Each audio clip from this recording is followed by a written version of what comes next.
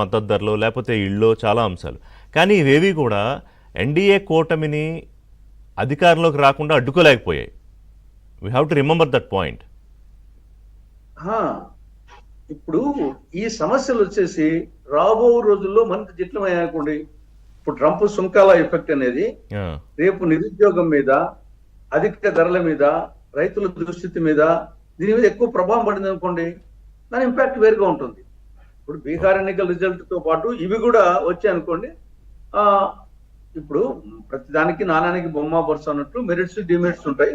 కాబట్టి కొంతవరకు ఇష్యూను ట్యాకిల్ చేయడంలో ఏ మేరకు సక్సెస్ అయ్యాము, ఏ మేరకు ఫెయిల్యూర్ అయ్యాము, రెండూ చూస్తారు.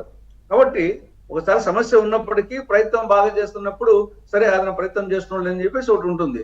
రెండవది ప్రయత్నం లోపం వచ్చింది అనుకోండి, ఇష్యూ సేమ్ ఇష్యూ అయినప్పటికీ ప్రయత్నం లోపం ఉన్నప్పుడు నెగిటివ్ ఇంపాక్ట్ వస్తుంది. కాబట్టి ఈ అనేక అంశాలు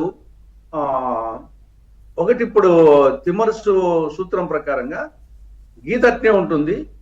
దాన్ని చిన్నది చేయాలంటే పక్కన పెద్ద గీత గీయాల, లేదా దాన్ని పెద్దది చేయాలంటే పక్కన చిన్న గీత గీయాల.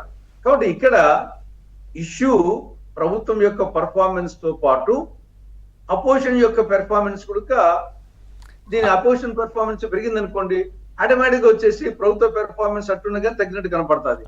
కాబట్టి అపోజిషన్ పెర్ఫార్మెన్స్ ఆ స్థాయిలో లేకపోతే సేమ్ పర్ఫార్మెన్స్ ఉన్నా కానీ ప్రభుత్వం ఎక్కువ కనిపిస్తుంది. కాబట్టి ఇవన్నీ రిలేటివిటీ, థియరీ ఆఫ్ రిలేటివిటీ ఆ రోజు పరిస్థితి. కరెక్ట్, మీరు చెప్పారు. యాక్చువల్ గా మంచి ఫార్ములా చెప్పారు. ఈ ఇష్యూస్ మంచి అన్ని చెప్పండి. బీహార్ కు సంబంధించి, బీహార్ ఎస్ఐఆర్ కు సంబంధించి 58% ఎస్ఐఆర్ కు అనుకూలంగా, 29% ఎస్ఐఆర్ కు వ్యతిరేకంగా అనేది కనిపిస్తా ఉంది. 29% అంటే చిన్న ఫిగర్ ఏం కాదు, ఎక్కువ ఫిగరే.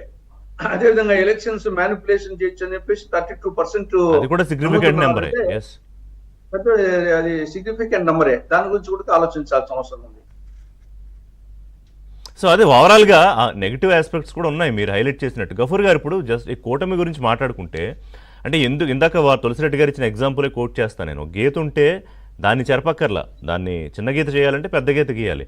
ఈ గీత గీసే ప్రయత్నం 2014 నుంచి అంతకు ముందు నుంచి కూడా జరుగుతోంది. 2019 ఎన్నికలకు ముందు చాలా పెద్ద ఎత్తున జరిగింది.